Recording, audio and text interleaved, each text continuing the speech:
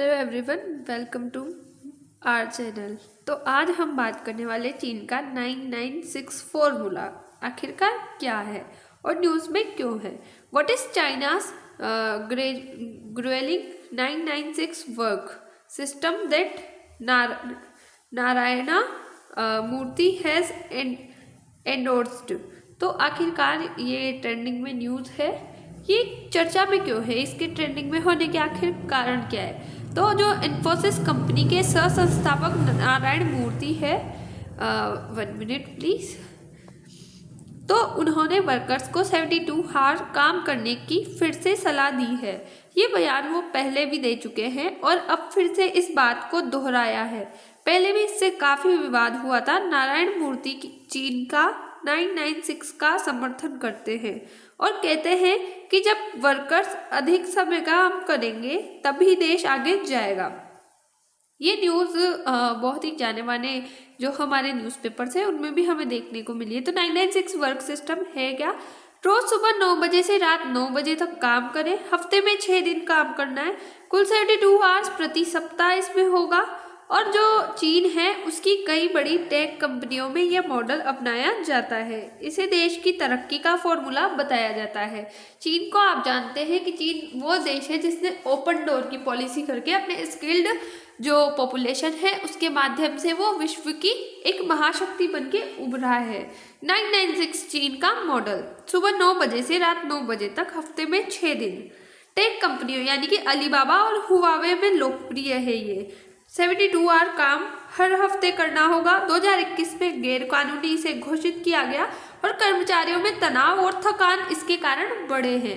कौन है नारायण न्यायमूर्ति? तो नाम नागावर रामवतार नारायण मूर्ति। इनका जो स्किल्ड है वो उद्योगपति है यानी कि बिजनेसमैन है, सॉफ्टवेयर इंजीनियर है।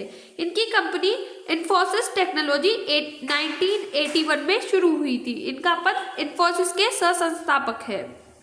चीन में एक कहावत मशहूर है, 996 मतलब हफ्ते में 6 दिन, सुबह 9 बजे से रात 9 बजे तक काम करना, यानी कुल 72 आवर्स का वर्क वीक।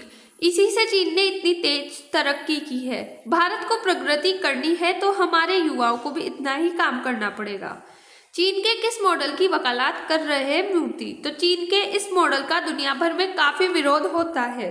लोग इसे कर्मचारियों के साथ शोषण मानते हैं, लेकिन नारायण मूर्ति ने इसका समर्थन करके एक बार फिर देशव्यापी बहस छेड़ दी है।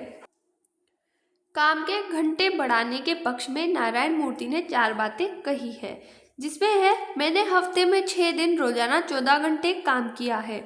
मुझे 6 वर्किंग डे वीक को बदलकर 5 वर्किंग डे वीक करने निराशा हुई। मतलब उन्होंने ये करके बहुत निराशा प्राप्त की। जो लोग सबसे ज़्यादा इंटेलिजेंट है वो भी लगातार एफर्ट्स किए बिना सफल नहीं हो सकते।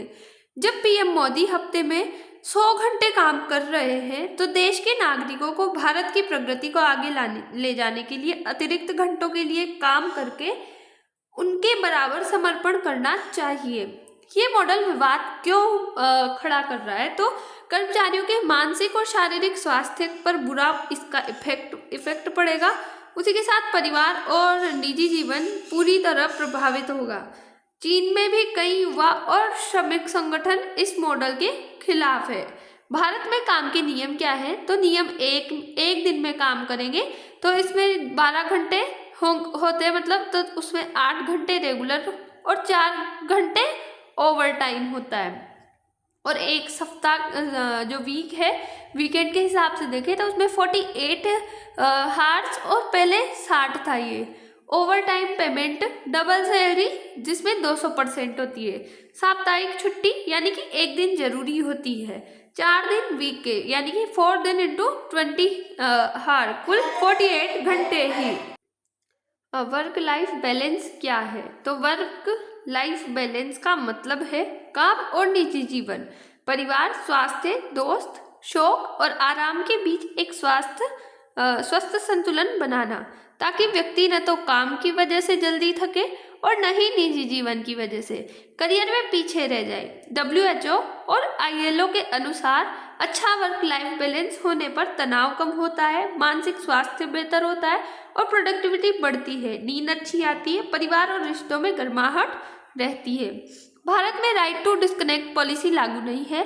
भारत में अभी तक राइट टू डिस्कनेक्ट पॉलिसी लागू नहीं है। हालांकि केरल भारत का ऐसा राज्य बनने की ओर बढ़ रहा है जो कर्मचारियों की शिफ्टिंग पूरी होने के बाद उन्हें ऑफिस से पूरी तरह डिस्कनेक्ट होने का कानूनी अधिकार देगा।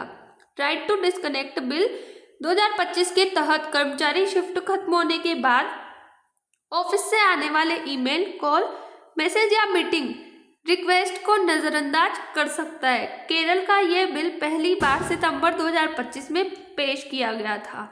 इसका रिव्यू किया जा रहा है और कमेटी की मंजूरी और वोटिंग का इंतजार है। 5 संकेतों से पहचाने टॉक्सिन वर्कप्लेस। ओवरवर्क को ग्लोरीफाई किया जाता है। लीडरशिप कमजोर और इनसिक्योर है। मैनेजर अपने एक एक मिनट का हिसाब मांगता है। आपको वर्क लाइफ बैलेंस की कमी महसूस होती है। आपको ऑफिस में बुली किया जाता है या शिकायत करने पर भी उस पर कोई एक्शन नहीं लिया जाता।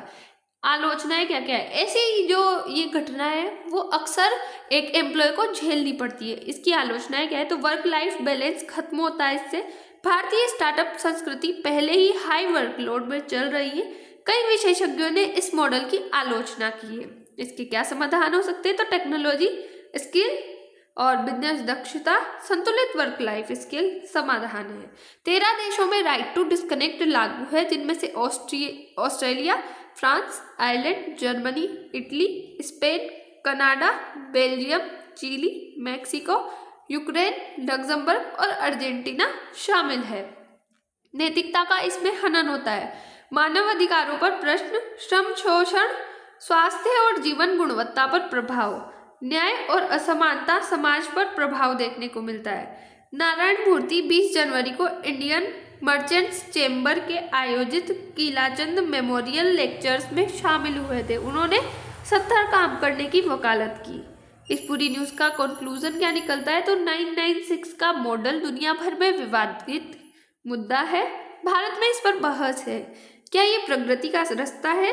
तो आपकी जो भी राय है वो कमेंट में बताइए। आई होप यू अंडरस्टैंड और सॉरी डिस्टर्बेंस के लिए। मिलते हैं नेक्स्ट वीडियो में, तब तक के लिए बाय। Thanks for watch.